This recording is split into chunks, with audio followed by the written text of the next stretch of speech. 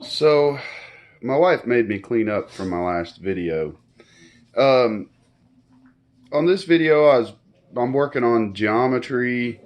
I'm working on figuring the upper A arms and the suspension, and then also figuring out what the final product is going to look like roughly when I get done making a little body out of cardboard, stuff like that. So I hate YouTube videos that talk a lot, but I know I want to explain everything to you guys so y'all know what I'm doing. And if you like it, you can share it or subscribe or whatever. Um, I'm building this piece of junk to suit myself, anyways, so just hopefully some other people think it's kind of neat. Y'all have a good one. Check it out. So I've kind of started making a little body out of cardboard, just to kind of see what it's going to look like. And I'm sure everybody's noticed that it's all short and stumpy right now. It's going to have to be stretched roughly 24 inches. This rear swing arm is going to have to be stretched. And then we'll have to lengthen the drive shaft to accommodate for that. As of right now, the lower A-arm tabs are tacked on. They're not boxed yet. I was really surprised to see that I was able to get the front end as square as I did. It's within a couple of thousandths, the two lower A-arms are. And there is just a little room for adjustment, so if there's any issues, it should be able to be corrected. Now, the upper A-arms, you notice they're too long right now. I'm gonna have to shorten the upper A-arms, and I am not comfortable doing that until I put my front wheels on and I figure out some way to connect the shocks temporarily and put roughly my body weight on the front end so I can decide suspension settle how far it's going to settle. Once I do that, then I can decide my my caster and camber and start finishing up these upper A-arms. Now in the rear, everything's still kind of naked right now. I haven't done anything to it, but you imagine this swing arm here stretched out 24 inches, so it's going to be back here. I'm going to try to put the handlebars right here and the seat right here.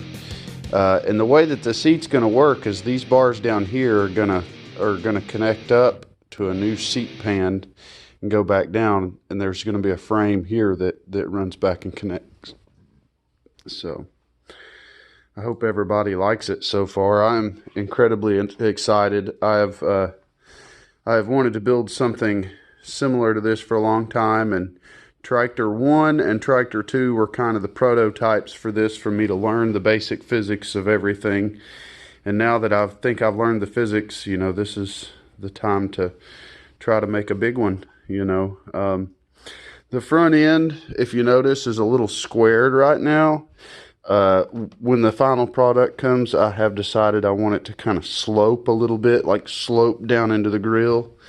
And I didn't hammer or shape really any of this cardboard to make the contours that I really wanted. I just made a rough idea so I know kind of what it's going to look like. And I still have to accommodate, and I'm having to measure because I still have to have room for the engine in here and the carburetors, and I have to be able to fit my new frame structure from here and here back to here. And the thing about that is this whole section is going to have to unbolt, because if you ever have to do like a clutch replacement, you're not going to be able to pull the cover off like you do on a motorcycle. Or the stator, you know, you're not going to be able, it's not accessible. So this hood will come off, this whole front clip will come off in one piece, and then what's going to happen is you'll be able to unbolt the chassis connector and then grab it with an engine hoist and just lift it straight out. It does make the process a little more complicated, but in my opinion it's more more advanced than a Riker. It seems like the Rikers are quite difficult to work on as well. Now, my tie rod ends are going to be connecting in the front, and I hate that. I absolutely hate that, because, you know, that's going to mess up the Ackerman of the alignment. So we're going to deal with that when we get here. The wheels that we're using are huge, so I'm actually might be able to flip these brackets around, and that would actually correct my Ackerman if everything clears and nothing touches. I'm getting rid of these old bent up dust shields.